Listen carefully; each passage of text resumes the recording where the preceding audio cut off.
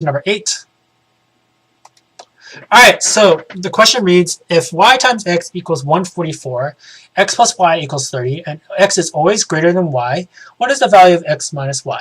So we're given 3 pieces of information. First of all, we're given that y times x equals 144. In another way, we can interpret this as y is inversely proportional to x in this manner. Okay?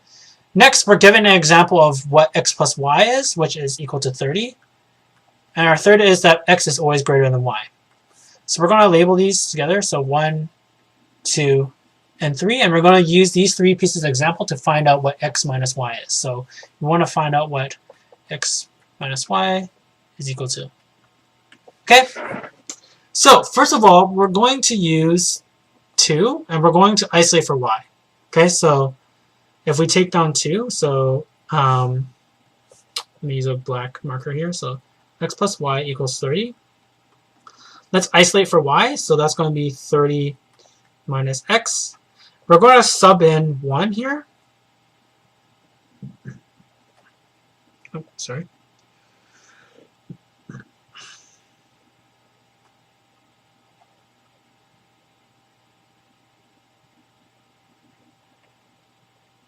We're going to sub in 1.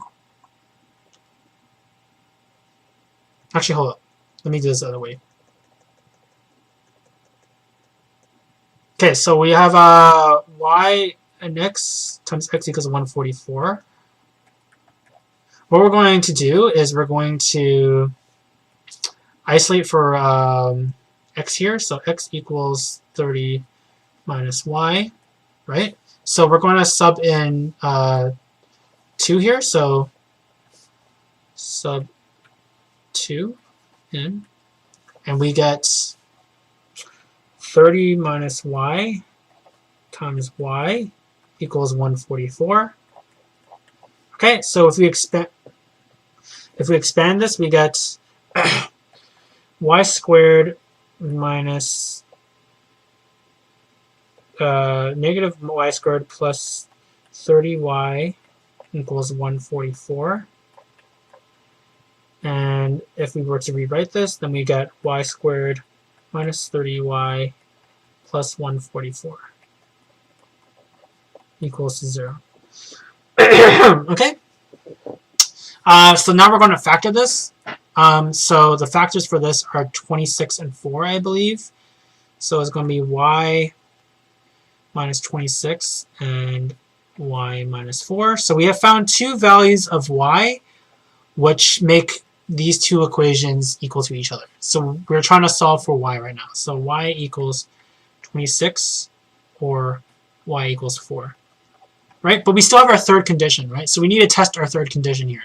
So we test our third condition. We know that, so we need to find the values of x first too, right? So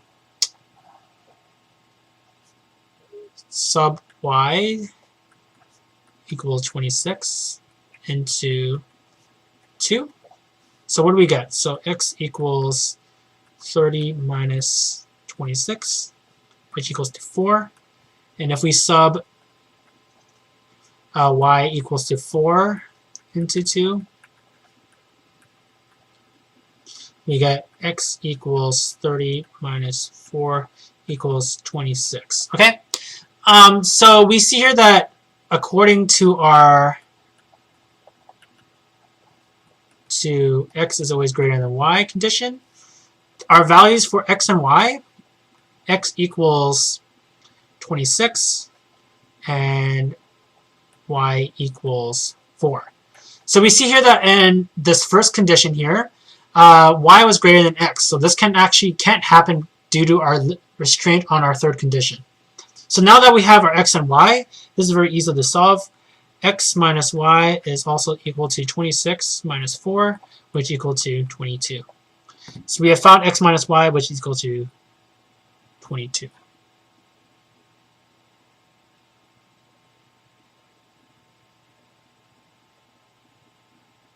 Why is this 24?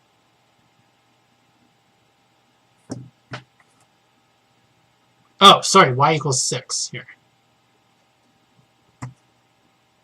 It's 24 and 26. Sorry. Man, my factoring is so bad. Sorry about that. So the factors here are actually 24 and 6. Not 26 and 4.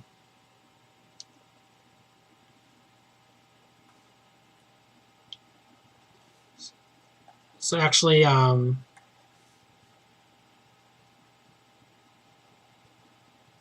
this should be 6, this should be 6, this should be 24, and this should be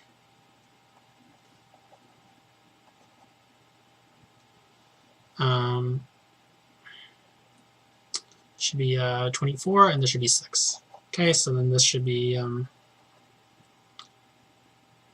18.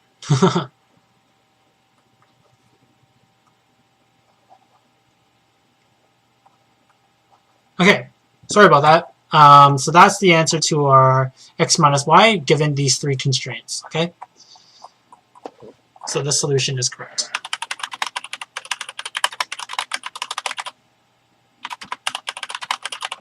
Cool. All right, moving along to question number 9.